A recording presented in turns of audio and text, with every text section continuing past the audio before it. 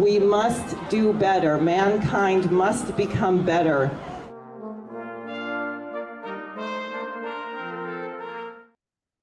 Good evening. Today is June 4th, 2024, and we have an extremely dangerous situation, which unfortunately most Americans are oblivious to.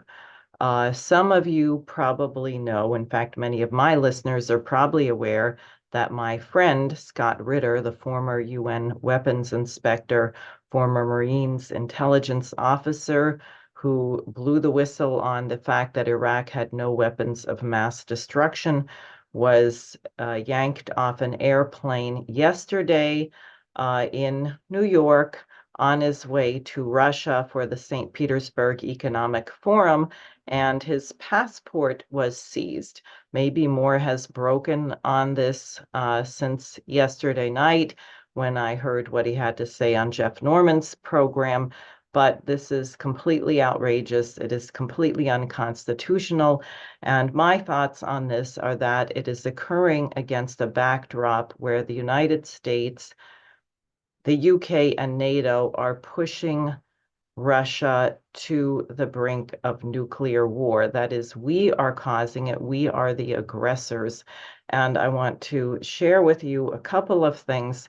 And also, in case you didn't hear my interview with Cynthia Pooler, where she interviewed myself and Scott Ritter, his mission to Russia was not only to participate in the St. Petersburg Economic Forum, which Russia is going to be the leader of the BRICS countries in the coming year, and the BRICS process is growing and accelerating in a beautiful, optimistic process of economic development and peace among those nations.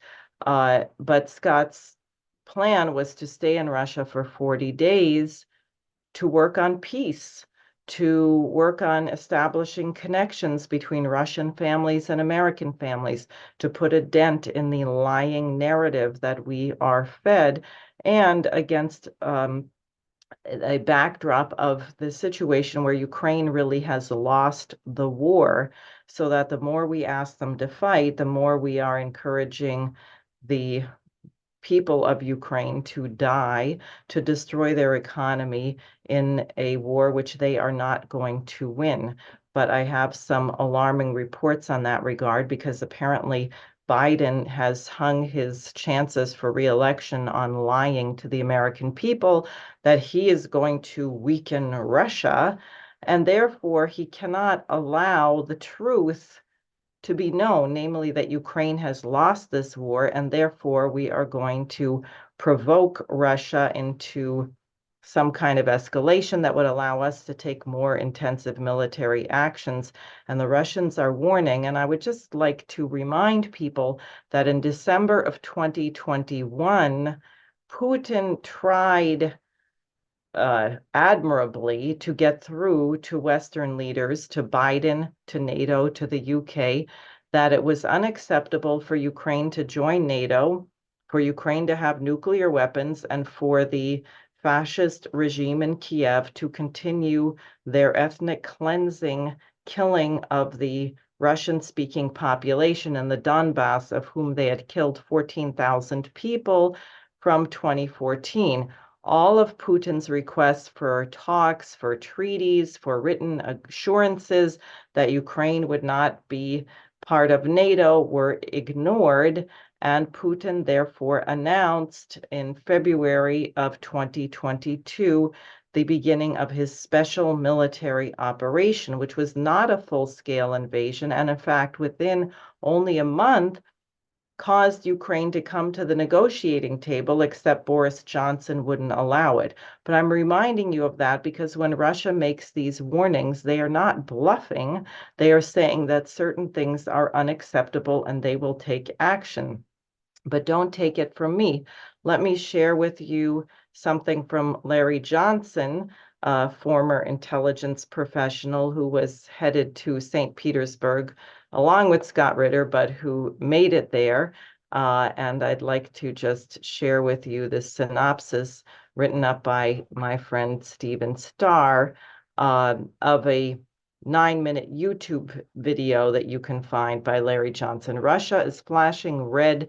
The West better pay attention. Unlike many Western politicians, Russian diplomats say what they mean. They are not ones to make idle, empty threats.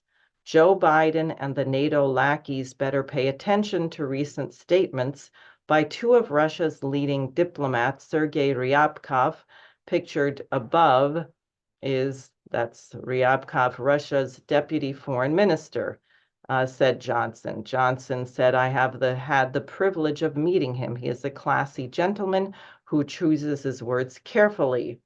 Hence the cause for my concern in light of his comment this week in response to Joe Biden's decision last week to approve the use of U.S. supplied weapons to hit targets inside Russia. Ryabkov said, quote, I would like to warn American leaders against miscalculations that could have fatal consequences. For unknown reasons, they underestimate the seriousness of the rebuff they may receive. I urge these figures in the U.S. to spend some of their time, which they apparently spend on some kind of video games, judging by the lightness of their approach, meaning superficial nature, on studying what was said in detail by President Putin. Putin had delivered, quote, a very significant warning, and it must be taken with the utmost seriousness, Ryabkov added. Putin said the West would be directly involved in any use of its weapons by Ukraine to strike deep inside Russia because such attacks would require its satellites, intelligence, and military help. Okay, so Russia is making a significant warning, and that there will be, in one case, they said a deadly rebuff. Now, let me share something else with you, which just came across. Colonel Douglas Macgregor, former military advisor actually in the Trump administration, and he has a post from today. Breaking, NATO now planning to get U.S. troops to the front line to fight Russia. Remember, Biden said no troops, no planes, no tanks. Well, we've sent tanks, we're sending planes, and clearly now the intent is to send troops. What are they thinking?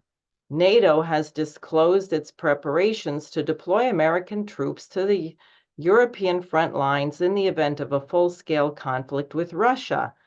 Innovative land corridors are being established to expedite the movement of soldiers through Central Europe, bypassing local bureaucratic hurdles. The strategic setup enables NATO forces to swiftly react should Putin's aggressive actions in Ukraine extend westward. Reports suggest that these plans also encompass provisions for potential Russian attacks. In such scenarios, troops could mobilize through corridors in Italy, Greece, and Turkey. I wonder if those countries are really prepared to go along with this, to reach the Balkans, or alternatively advance toward Russia's northern border via Scandinavia. I would say that's more likely. These details were shared by officials with the Telegraph. I don't know what will happen if I click on this picture. There we go. So there you have it. Here is how American troops are going to be coming in through Norway and Sweden and Finland to hit Russia in the north, coming up through the Baltic republics over here, coming here through Italy into Ukraine, and then coming up through Greece or Turkey. Now, will Italy, Greece, and Turkey really allow American troops to go through their countries to attack Russia? I don't know. I find this extremely alarming. And I have to say, I'll just stop sharing here, that if you look, please don't expect that someone other than yourself, other than the American people, to stop this. our Congress largely has gone insane. There's a handful of resistors who have opposed the funding of these wars, people like Marjorie Taylor Greene, Matt Gaetz, a handful of others. There are some people who are opposing genocide in Gaza, but still think we should arm Ukraine, like Alexandria Ocasio-Cortez, who really doesn't understand the strategic situation. Unfortunately, neither does Jamal Bowman. And then you have raving lunatics like Hakeem Jeffries. So speaking of Hakeem Jeffries, and indicative of how insane and corrupt and evil our leading members of the House and Senate are, and why I am running for U.S. Senate as an independent candidate for peace. Chuck Schumer, Mike Johnson, Hakeem Jeffries signed a letter to the Israeli leader Bibi Netanyahu, who has now been indicted for crimes against humanity, for genocide by the International Criminal Court. Nonetheless, they don't care that he's wanted by the International Criminal Court. They have invited him for the fourth time to address the U.S. Congress while Israel is committing genocide under his, I hate to use the word leadership, dictatorship in Israel against Gaza, and now with their latest invasion into Rafah. So don't look for this from elsewhere. It is time for the American people to mobilize. You should call your congressman today. You should say that you think Biden needs to retire to a senior center for patients with dementia, that his advisors clearly belong in some kind of criminal ward of a mental hospital. Unfortunately, we've closed all of our mental hospitals, but anyone who would propose sending weapons to Ukraine and telling them they can knock out strategic military installations like radar facilities that allow Russia to detect incoming missile strikes knows that Russia has no choice but to respond.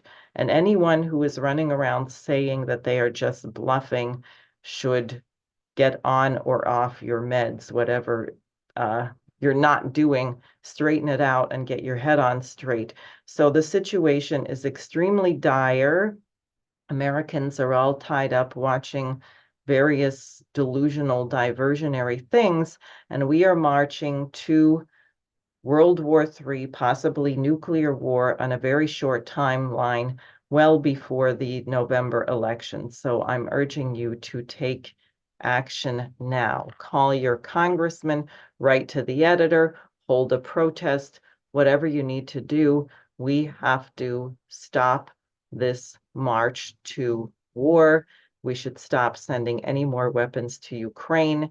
Ukraine should admit that it has lost the war and negotiate to save any bit of its nation that is left.